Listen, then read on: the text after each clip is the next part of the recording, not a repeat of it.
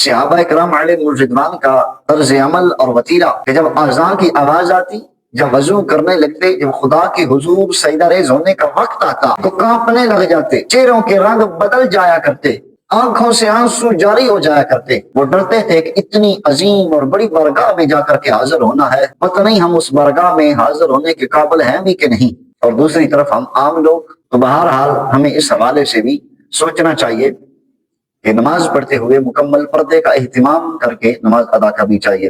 تیسری شرط ہے استقبال قبلہ، یعنی کہ قبلہ رخ ہو کر کے نماز کا ادا کرنا۔ اگر کوئی شخص چہرہ قبلے کی طرف نہیں رکھتا، اس کا چہرہ قبلے سے پھر گیا ہے، تو اس شخص کی نماز شروع ہی نہ ہوگی۔ یہ نماز کی تیسری شرط ہے کہ قبلہ رخ ہو کر، قبلہ رو ہو کر انسان نماز ادا کرے۔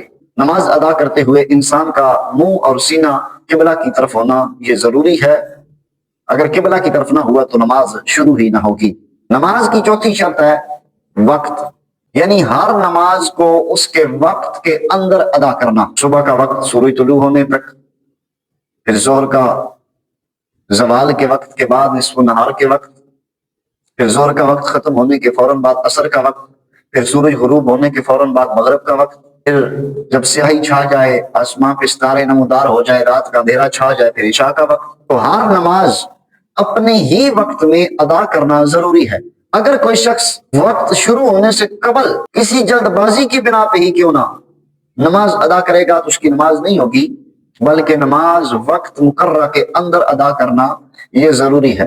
اسی طرح کسی نے نماز شروع کی لیکن اس کے سلام پھیرنے سے پہلے، نماز مکمل کرنے سے پہلے اگلی نماز کا وقت اگر شروع ہو گیا، اس نماز جو وہ ادا کر رہا ہے اس کا وقت ختم ہو گیا، تو اس کی نماز نہیں ہوگی، اس کو دوبارہ قضا پڑھنا اس کے لیے ضروری ہو جائے گا۔ تو حکم شرع یہی ہے کہ ہر نماز کو اسی کے وقت کے اندر ادا کیا جائے۔ بے وقت کی نماز قضا ہو جائے گی، قضا کے علاوہ بے وقت کی نماز نہیں ہوتی۔ نماز کی پانچویں شرط ہے نیت۔ بخاری اور مسلم شریف کی حدیث مبارکہ ہے، سیدنا امیر المؤمنین عمر فاروق رضی اللہ تعالی عنہ روایت کرتے ہیں کہ کریم آقا علیہ السلام نے ارشاد فرمایا کہ انسان کے اعمال کا دار و مدار اس کی نیتوں پر ہے، اور ہر شخص کے لیے وہی ہے جس کی اس نے نیت کی۔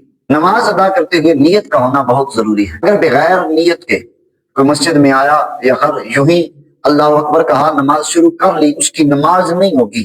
اگر وہ فجر کی پڑھ رہا ہے تو فجر کی نیت کرنا ضروری ہے، ظہر کی پڑھ رہا ہے ظہر کی نیت کرنا ضروری ہے، فرائض پڑھ رہا ہے، سنت پڑھ رہا ہے، وطر پڑھ رہا ہے، نیت ہونا ضروری ہے۔ کون سی رکعتیں ادا کرنے لگا ہے یا کون سے وقت کی ادا کرنے لگا ہے، اس چیز کی نیت ہونا ضروری ہے۔ اور یاد رکھیں، نیت کے لیے زبان سے کہہ لینا مستحب عمل ہے۔ جو نیت شرط ہے اس کا زبان سے کہنا ضروری نہیں، بلکہ نیت کا تعلق انسان کے دل کے ساتھ ہے۔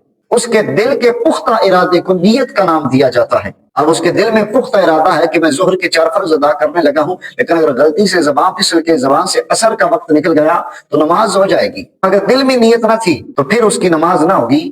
تو عمومی طور پہ یہ سوال کیا جاتا ہے، پوچھا جاتا ہے کہ فلاں وقت کی فلاں رکعتیں جو ہیں ان کے لیے کون سی نیت کی جائے، ظہر کے فرائض کے لیے کون سی نیت ہے، عصر کی سنتوں کے لیے کون سی نیت ہے، عشاء کے وطر کے لیے، عشاء کے بعد جو وطر ادا کیے جاتے ہیں ان کے لیے کون سی نیت ہے۔ تو یاد رکھیں، نیت نہ تو عربی زبان میں ضروری ہے زبان سے کہنا، آپ اپنی مادری زبان کے اندر بھی زبان سے کہہ سکتے ہیں، لیکن جو شرط ہے وہ دل کے پختہ ارادے کا نام نیت ہے، اور دل میں پختہ ارادہ ہونا کہ میں کون سے وقت کی کون سی رکعتیں ادا کر رہا ہوں، یہ ضروری ہے، اس کے بغیر نماز نہیں ہوگی۔ اور اگر مقتدی امام کے پیچھے باجماعت کھڑا ہو کر کے نماز ادا کر رہا ہے تو مقتدی کے لیے بھی اس چیز کی نیت ضروری ہے کہ میں امام کی اقتداء کے اندر نماز ادا کر رہا ہوں، میں اسے اپنا امام تسلیم کرتا ہوں۔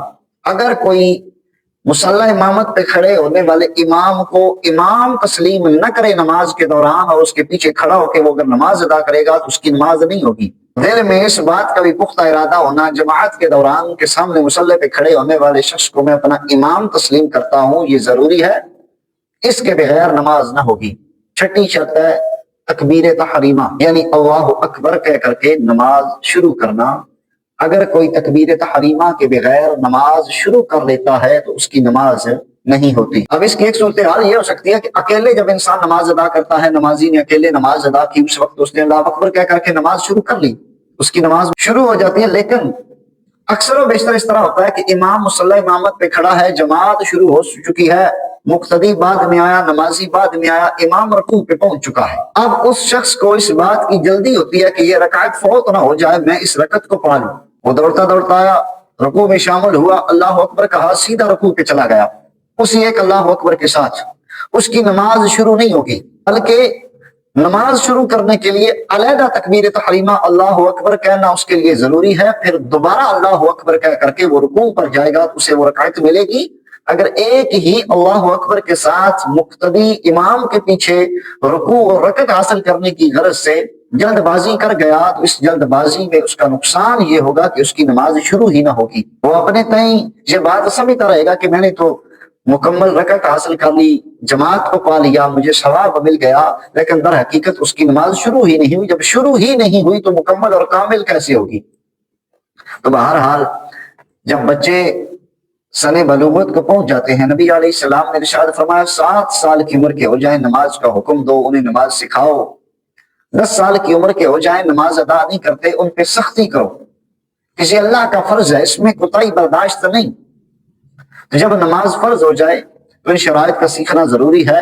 آپ عمر کے کسی حصے میں بھی ہیں، والد ہیں تو اپنے بچوں کو سکھائیں، آپ بچے ہیں تو اپنے بھائیوں کو سکھائیں، دوستوں میں نجی محفلوں میں بیٹھیں تو جہاں دیگر گفت و شنید ہوتی ہیں وہاں دینی مسائل بھی ایک دوسرے کو سکھایا کریں۔